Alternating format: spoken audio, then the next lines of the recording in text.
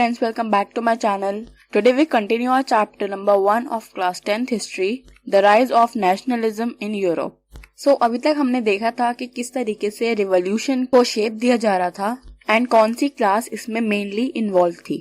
हमने previous video में liberal nationalism के बारे में भी पढ़ा था एंड एट द एंड हमने देखा था कि दोबारा कंजर्वेटिज्म ही आया एंड जो रिवोल्यूशनरीज थे वो खुद को हाइड करके रखते थे एंड जितनी भी डिस्कशन डिबेट्स करनी होती थी वो अंडरग्राउंड करते थे बिकॉज जो गवर्नमेंट थी वो नहीं चाहती थी कि अब कोई भी रिवोल्ट हो या कोई भी हमारे अगेंस्ट जाए. सो इस वीडियो में भी हम ये देखने वाले हैं कि बेसिकली रिवोल्यूशन की जो पूरी एज थी, पूरा एरा था, उसमें और हमें क्या देखने को मिलता है.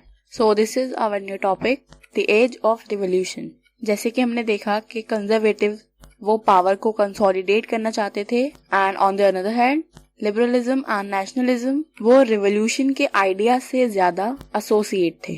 सो जो फर्स्ट लुक देखने को मिलता है रिवोल्यूशन का वो हम सब जानते हैं, हमें फ्रांस में देखने को मिला एंड बाकी दूसरी कंट्रीज एंड दूसरी नेशंस में भी रिवोल्यूशन देखने को मिला है, जैसे कि जुलाई रिवोल्यूशन. इसमें क्या हुआ था, जो ब्रुसेल्स था ये बेल्जियम एक कंट्री है, उसकी कैपिटल. सो इस रिवोल्यूशन से बेल्जियम जो था वो अलग हो गया था यूनाइटेड किंगडम ऑफ नीदरलैंड से. मतलब पहले एम्पायर्स होते थे, किंगडम्स होते थे, वो इमर्ज रहते थे, एकदम साथ में रहते थे. पहले के टाइम पे आज की ऐसी कंट्रीज डिवाइडेड नहीं थी. जो एरिया किंग कनकर करेगा वो उसी के अंडर में होगा. लेकिन जुलाई रिवोल्यूशन से बेल्जियम ने खुद को अलग कर लिया था उस यूनाइटेड किंगडम से.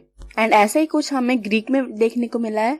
जैसे जैसे रिवोल्यूशनरी आइडिया एंड नेशनलिज्म जो ग्रोथ हो रहा था यूरोप में, वो लोगों को स्ट्रगल फॉर इंडिपेंडेंस के लिए काफी ज्यादा इन्फ्लुएंस कर रहा था.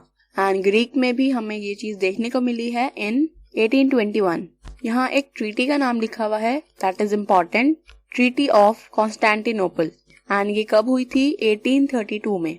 इस ट्रीटी की वजह से फाइनली जो स्ट्रगल चल रहा था ग्रीक में, इस ट्रीटी से ग्रीस फाइनली रिकॉग्नाइज हुआ एज अ इंडिपेंडेंट नेशन. सो ये कुछ डिफरेंट कंट्रीज के डिफरेंट एग्जांपल्स हमें दिखाए हुए हैं कि किस तरीके से रिवोल्यूशन का आइडिया जो था, चाहे कोई भी डायरेक्शन हो लेकिन ऑल ओवर द यूरोप ऐसे ही था.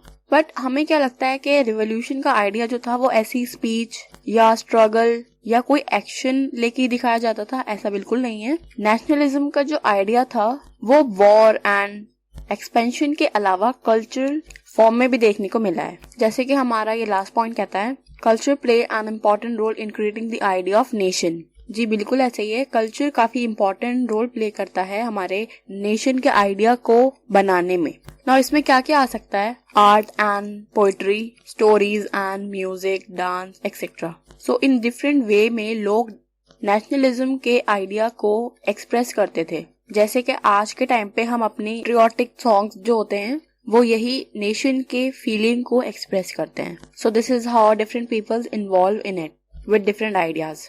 नेक्स्ट पॉइंट में क्या बताया, ये जो एफर्ट्स होते थे, डिफरेंट एफर्ट्स, वो किस लिए बनाए करते थे, ताकि लोगों में कलेक्टिव हेरिटेज की सेंस को हम क्रिएट कर सके या जो हमारा कॉमन कल्चरल पास्ट है उसको बता सकें. एंड इसी सारी चीजों से नेशन का जो बेसिक होता है उसके बारे में पता चलता है. जैसे कि folk song, folk poetry and folk dance, ये सारे डिफरेंट फॉर्म्स ये ट्रू स्पिरिट बताते थे नेशन का, और जो कि इस वक्त काफी ज्यादा पॉपुलराइज थे.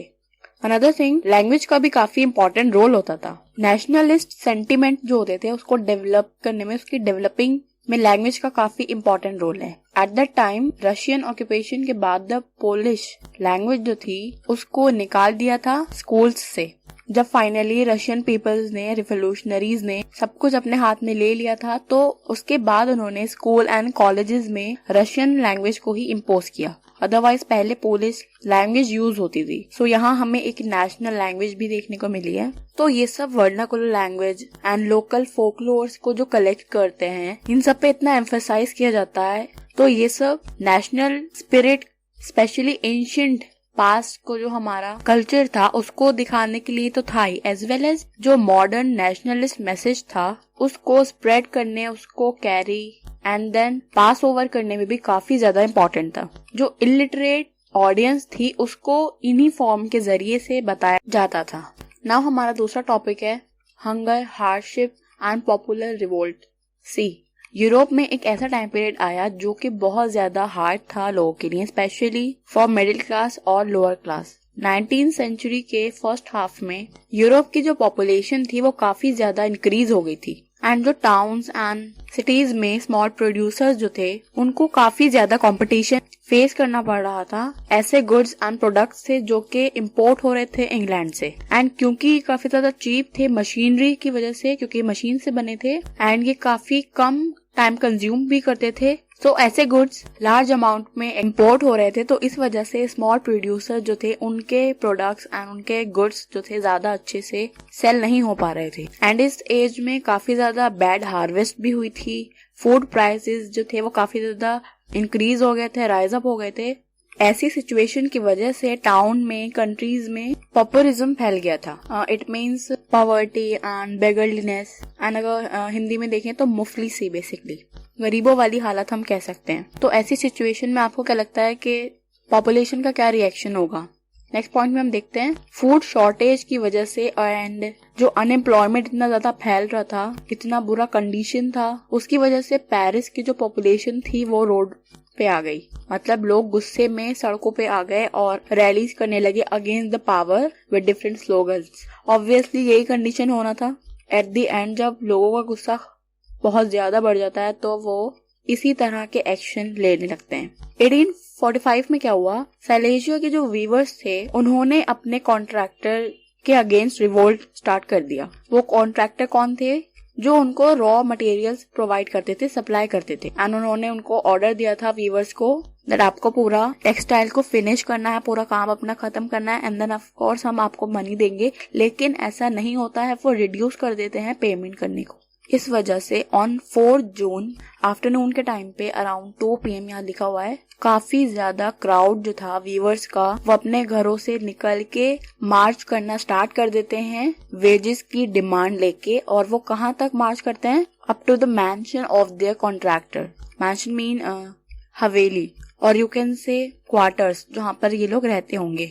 सो कुछ ऐसी कंडीशन हो गई थी। नाउ हमारा अनदर सब topic, the revolution of the liberal. France में 1848 फरवरी में जो इवेंट हुए थे जिसमें मोनार्की एब्डिकेट कर देती है एंड रिपब्लिक सेट हो जाती है। एंड रिपब्लिक किस बेसिस पे?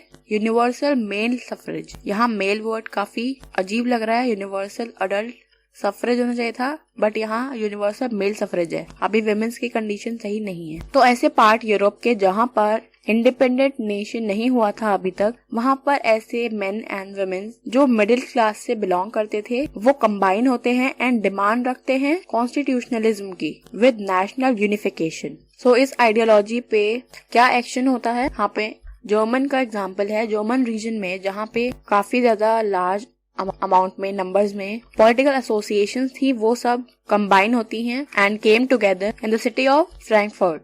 नाउ इस सिटी में, फ्रैंकफर्ट सिटी में क्या होता है, ये लोग डिसाइड करते हैं कि जर्मन नेशनल असेंबली को वोट करेंगे। एंड जो इलेक्शन होता है, जो इलेक्टेड रिप्रेजेंटेटिव होते हैं, वो क्या करते हैं 18 मई को 1848 को ये रिप्रेजेंटेटिव, इनके नंबर्स दिए हुए हैं 831, ये लोग मार्च करते हैं फ्रैंकफर्ट पार्लियामेंट, जो कि एसटी पॉल चर्च में बुलाई जाती है। यहाँ लिखा भी है that conveyed in the church of ST Paul. So ये रिप्रेजेंटेटिव जाते हैं पार्लियामेंट में, अपनी डिमांड को रखते हैं वहाँ। लेकिन पार्लियामेंट जो है वो ऐसे लोगों से डोमिनेट था, dominated by middle class who resisted, मतलब जो विरोध करते थे कि वर्कर्स की डिमांड को पूरा करना चाहिए। सो इनकी कोई भी बात पार्लियामेंट में नहीं चली and in the end troops को बोला गया कि इन असेंबलीज को फोर्स के साथ फोर्सफुली डिसबैंड कर दो। सो वुमेन्स की कंडीशन तो अच्छी है ही नहीं, तो इन लोगों ने क्या किया, इन्होंने अपने खुद के पॉलिटिकल एसोसिएशन बनाए एंड न्यूज़पेपर को फाउंड किया, पब्लिश किया, काफी सारी मैगजीन्स को भी पब्लिश किया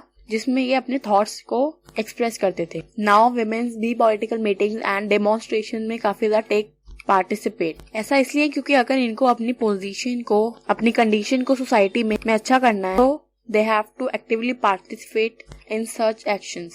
Because जब फ्रैंकफर्ट में पार्लियामेंट को कन्वेट किया था, उसमें विमेन्स को सिर्फ एज अ ऑब्जर्वर परमिशन थी कि वो पार्लियामेंट को अटेंड करें एंड वो सिर्फ विजिटर्स गैलरी में स्टैंड कर सकती थी।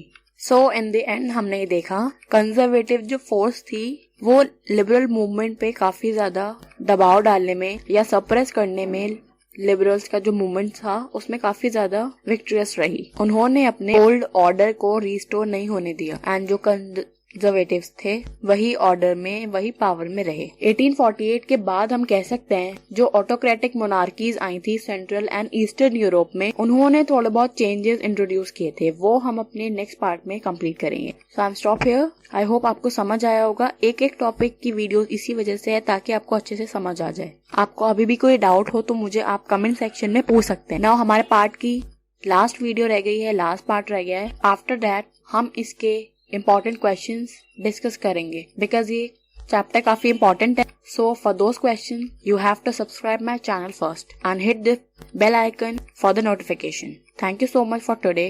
Have a good day. Goodbye.